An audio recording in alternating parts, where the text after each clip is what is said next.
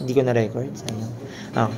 So, pwede mo nang gamitin yung principle of moments. Ano yung sabi natin sa principle of moments?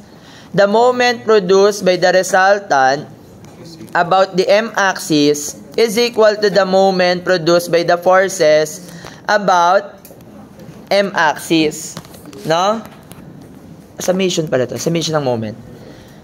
So, ano yung moment na pinoproduce ni R, ni resultant? Hindi. Tingnan nyo sa front view. Right side view pala rather. Ito. Di ba ito siya? Tama ba? Na-visualize? Pag tinignan nyo yan sa right side view, ganito yung magiging itsura niya. Gawa tayo ng box. Lalagay ko lang ng box, no? Or guhit na nga lang.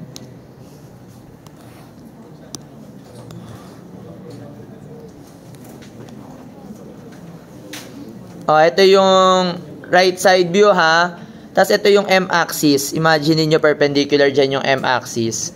Ano yung mga force na nakikita natin? Nandito si 20. Tama? Ano yung distance niya from m-axis? 5. Tama, perfect. Sino yun? Perfect. Statics ka na. Enroll kita. Gusto mo? Tapos meron niyang katapat, di ba? Nasa likod niya din. Yung 30. Magkapantay si 30 tsaka si 20. Tapos nandito sa gitna. Nandito si 90. Tapos nandito din si R. Tapos nandito si FA. Nandito din si FB. Ngayon magmo-moment tayo sa M. Ano yung moment na pinoproduce ni resultant? That is R multiplied by ano moment arm ni R? Tama, 2.5. Lakas ni Arkin. Bakit ba hindi pumasa ito ng Calves? Nag-shift ka na ba? Oo. Okay, next. Ano pa yung mga umiikot? Sa kabilang side tayo, si 90. Ano moment arm ni 90? 2.5. Si 30, ano moment arm ni 30?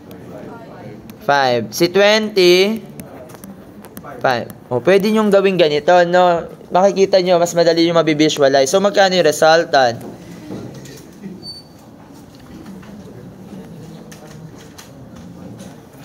$180. Joke lang, 190 pala. Tama? Hindi kabisado ko yung sagot dyan.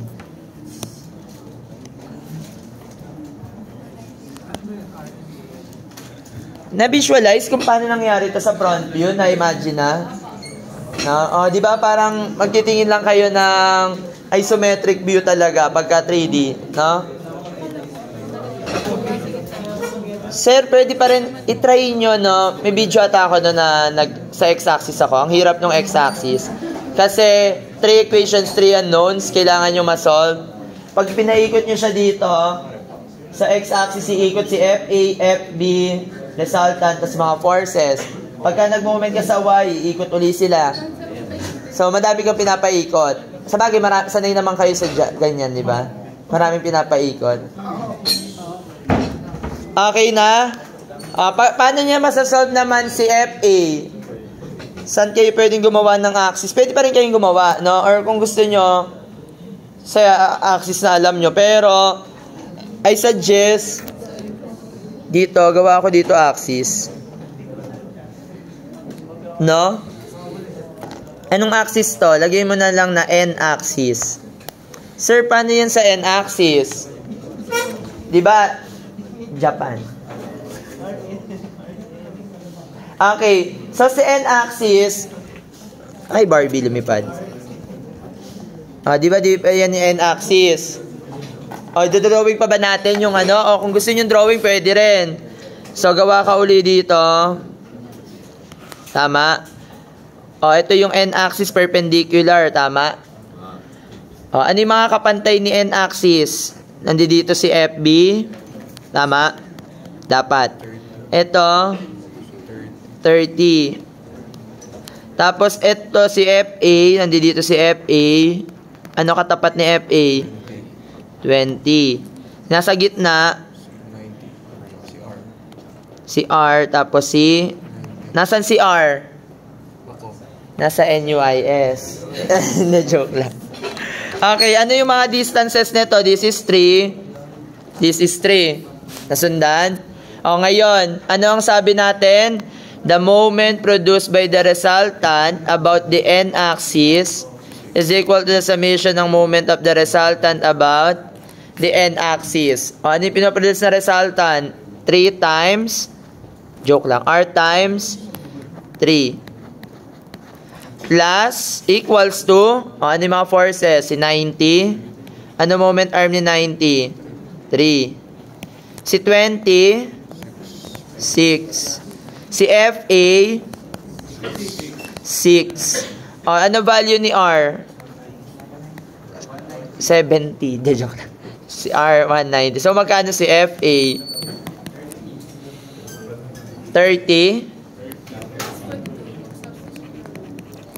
O, ngayon, pwede mo nang gamitin yung summation ng forces vertical nyo kasi nasolve mo na si FA and R. Ito, gamitin na natin to, yung nasolve natin dito.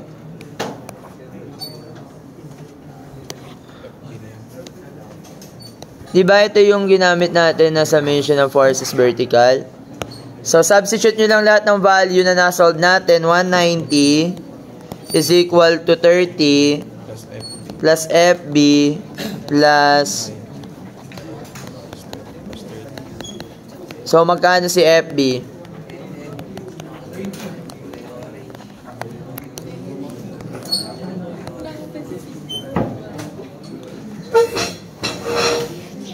Ganun lang, no? Na-imagine naman yung 3D. Pinakamadali. Madali lang si 3D kapag gets nyo yung 2D. No? Kasi nga, gagawin mo lang talaga siyang 2D, no? Naalala ko, nagbigay ako ng problem sa quiz. Ay, hindi. Ayan, ganyan yung game. Yan yung discussion. Ganyan yung discussion. Tapos, yung quiz.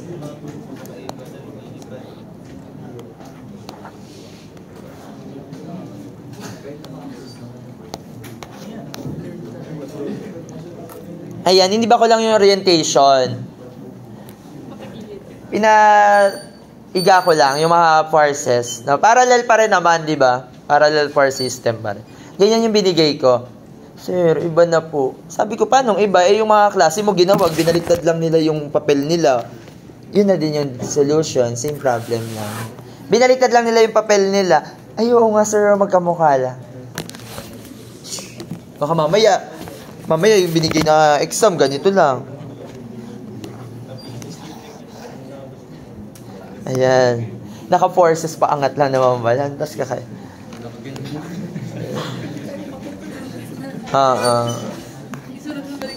Tapos yung sagot pabalik na din.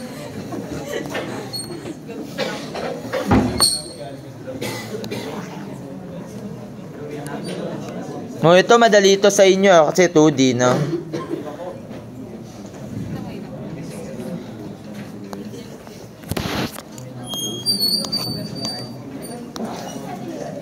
Malay nyo na malay nyo sa pangalawang take nyo, mas mag-gets nyo na to. Okay na. Kaya dapat ngayon i-gets nyo na, no? Baka mamaya wala akong makakitang forces na, no? Ano ba yung pinapaikot ni sir na yun? Pero na-imagine naman, no? Parang awa nyo na, pa-imagine, no? Galingan nyo engineering drawing. Balikan nyo yung mga plates natin, no? Sobrang dami nung isometric na pinagawa sa inyo. Ako pa naman yung nagbigay ng problem sa inyo nun. Yung kinukuha yung top view, right side view, front view. Yung may butas sa bilog. Pero yung barko, hindi ako gumawa na na. Barko yung sasunod yung isa-solve. Okay. Ito, pagka ganito, paano nyo ginagawa yan? Paanong hati? Isang triangle, isang rectangle. So, ano na yung height nito? Tama ba? This is 890 minus 220. Magkano yun? 670. Tapos, itong triangle, si R1, si R1, this is the area ng rectangle. Si R2, yun yung triangular load. So, si R1,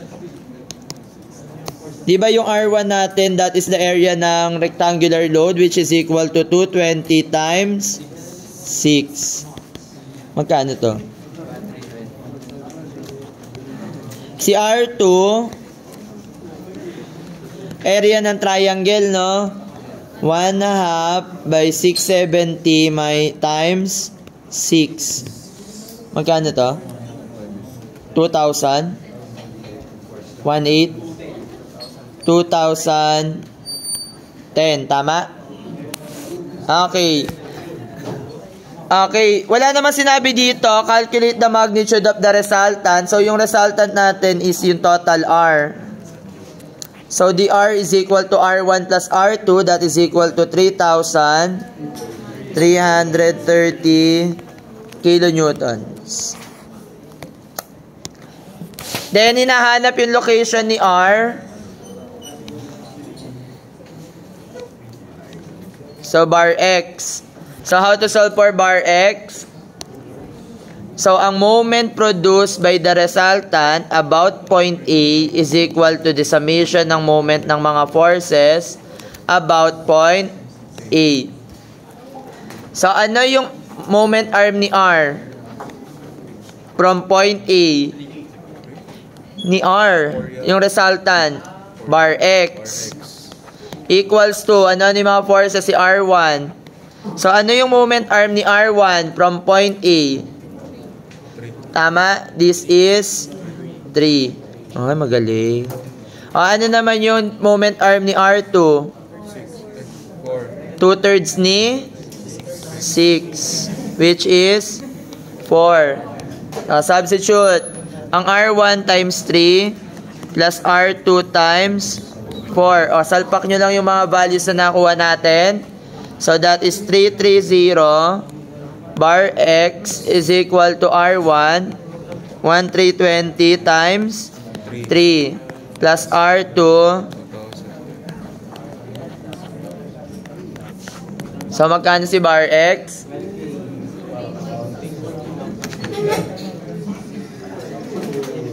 36? 6036.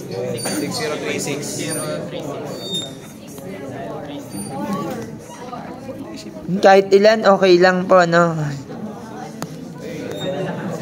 Pwede lahat. Pero sayang tinta ng ballpen, no? Pagka nilahat, no? Magkakamali ko, nasa mic na to. Ano? Nasa mic na, hindi na nasagot. Babalik ng mic def yan eh. Class, ito lang naman ay ano lang naman. Ganito kasi kung mag-compute ng resultant pag trapezoid, baka gusto nyo lang. Hindi siya mabilis. Parehas lang. So, hinati ko siya into 2 triangles. No? Ito si R1. And then this is R2.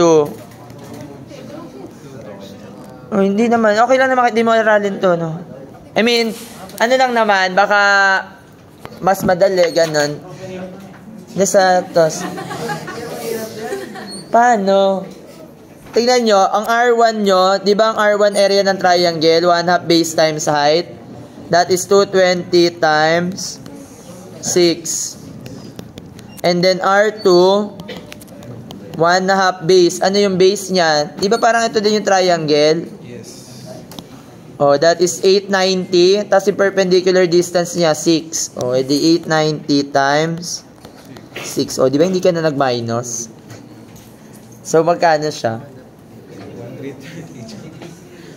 Ay, shit. May pilay na ata. Oh. Magkano to? 660. And then 3. Magkano to? 267. 267. 0. Tama. So, ang total R natin is the resultant. Add lang natin R1 and R2. Ano, Mr. Beast? Mr. Beast. Magkano to? Nakakuha ko, sorry. Bibigay ng crypto. Oo, legit ba yon? Hindi talaga. Hindi siya legit. Hoy, wala nang upuan, no? Yung mga nakasit in, no? Mamigay ng upuan, no? Ayun, ayun, ayun. Pang 40 students lang kasi dito, eh. Okay, next. Ganun din naman to. Yung resultant pa rin niya, bar X. So, the moment produced by the resultant is equal to the R lang pala yung orange.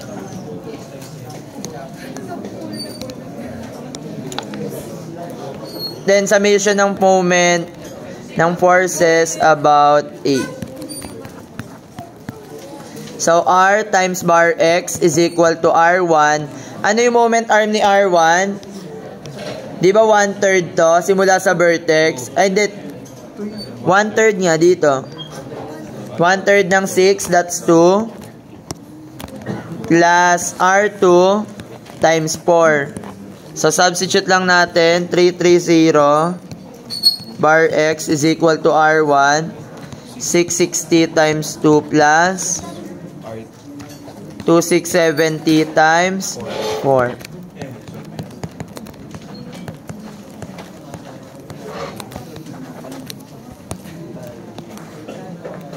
Okay na yan. Pero kung, again, sinasabi ko nga sa inyo kung saan kayo mas komportable, gawin nyo lang kung saan kayo mas masaya.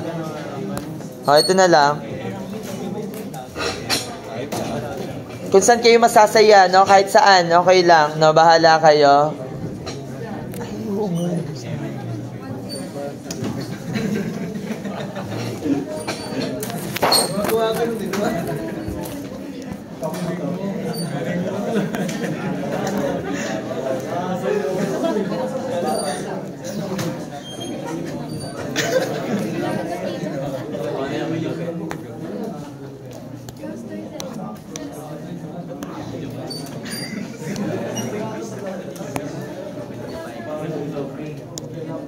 Ito, next.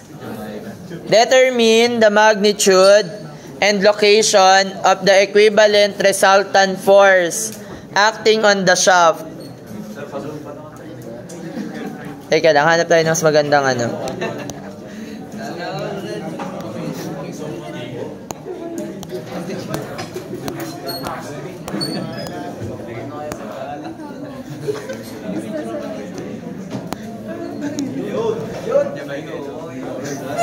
Okay, determine the magnitude and location of the equivalent resultant force acting on the shaft. Paano na to? Di ba ang sabi natin for the resultant, yan yung area nung uniform load, uniform distributed load, or varying load, rather. So, paano natin masasolve yung area nito? Integral, di ba? Papasok na dyan si area under the curves. No? Kasi naka-curve siya. Ano prerequisite nito? Integral calculus and calculus-based physics. Pag nahirapan ka sa calculus-based physics, kailangan mahirapan ka din sa integral. Dapat, sanay ka parehas nun. No?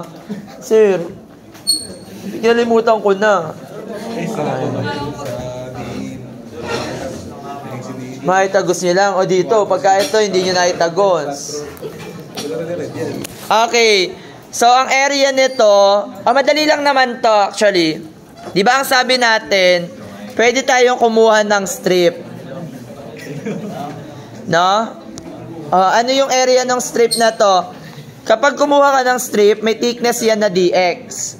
No? Imagine niyo ito yung strip. Yan yung strip. This is dx. Ano yung height? That is the y high minus y low, which is equal to, ito naman yung w na binigay, no?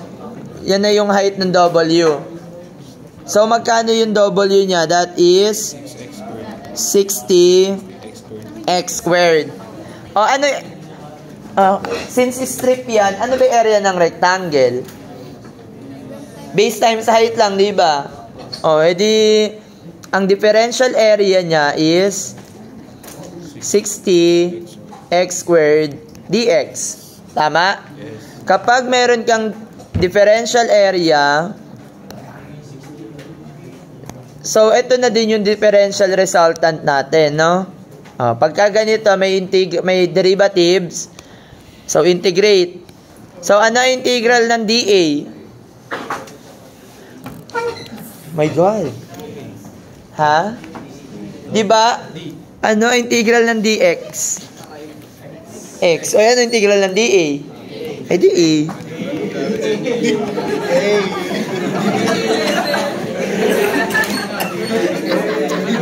Wait. Ano ang integral ng dx? Mali. Plus C. Final answer na. Okay.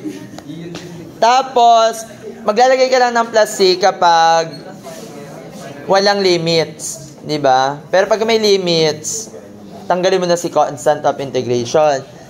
So, ano ang integral ng 60x squared dx? Paano magiging 120? Diyos ko Lord! The integral ng x raised to n dx. Class, makinig muna. Alalahanin. Recall. Anong formula nito? X raised to n, that is x raised to n plus 1 over N plus 1. plus c. Tama? O ano integral ng 60x squared dx? 60x cube over 3. O may limits yan kasi yung differential strip nyo, magta-travel siya papunta dito, no? Kaya, ibig sabihin din kasi ng integral nyo is sinasummation nyo. No? Summation nung area. Ibig sabihin, sinasum up niya from yung area ng strip na yan hanggang makarating siya dito. So, ang magiging limits mo ay from 0 to 2. O, actually, kahit hindi nyo kakabisado yan, gawin nyo na lang 0 to 2. Therefore, area, i-input nyo na lang to sa calcu. Tinanong ko lang kung saan kayo mag-differentiate. Integrate. Magkano to? Input nyo lang to sa calcu, no? Meron to sa calculator, integral function.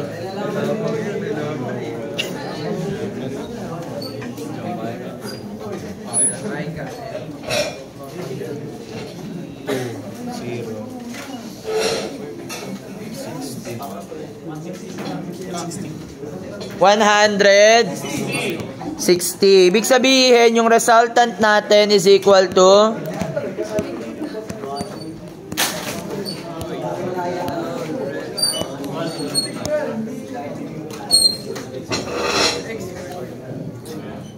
tanggal, hindi nakasaksak.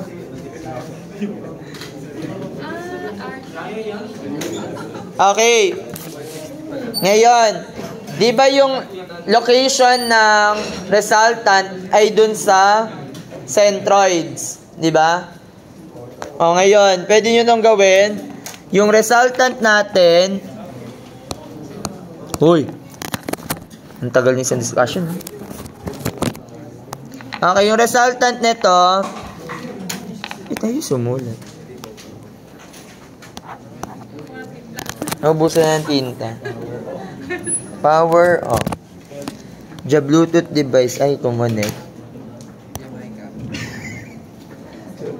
Ito yung total resultant natin. Tama? Hinahanap natin si bar X. Okay? Dito, papasok naman ngayon against si Varignon's theorem pa rin naman, di ba? So, di ba ang sabi natin, the moment naka-live pala.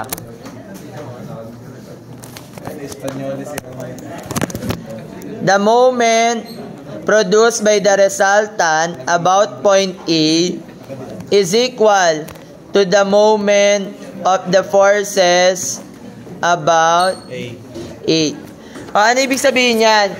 Di ba ang sabi natin yung resultant, moment tayo dito sa O. A pala, ba't ibang lagay ko? O na lang.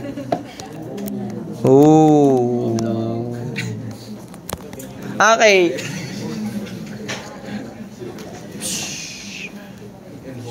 Ayan, go. Ano yung moment na pinoproduce ni resultant about point O? R times bar X. Sir, paano to? Individual forces. Ano yung individual forces natin? Yung differential strip. No?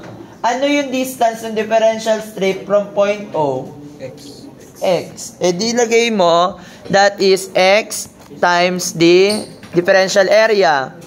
That is 60 X squared dx. And then, since naka-dx ka, limits lang from 0 to 2. Okay? Ano yung value ng R? Bar X, input nyo lang yan sa calcu.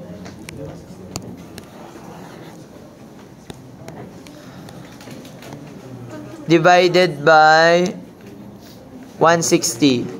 So, magkano yung bar X?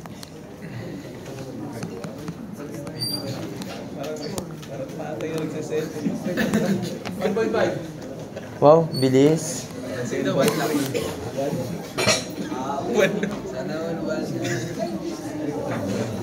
Ano to? Centroid, no?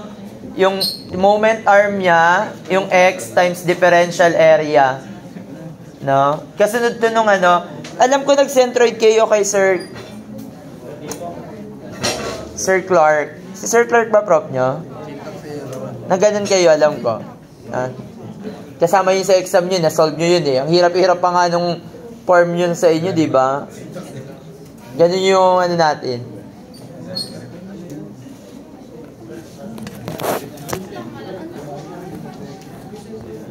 Alin? Alin syntax error? Ikot mga ulit na. Yes.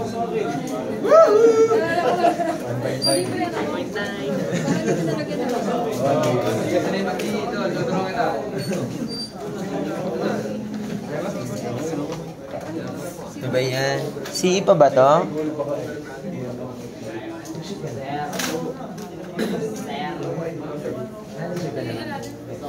Ba't ka nag-charge?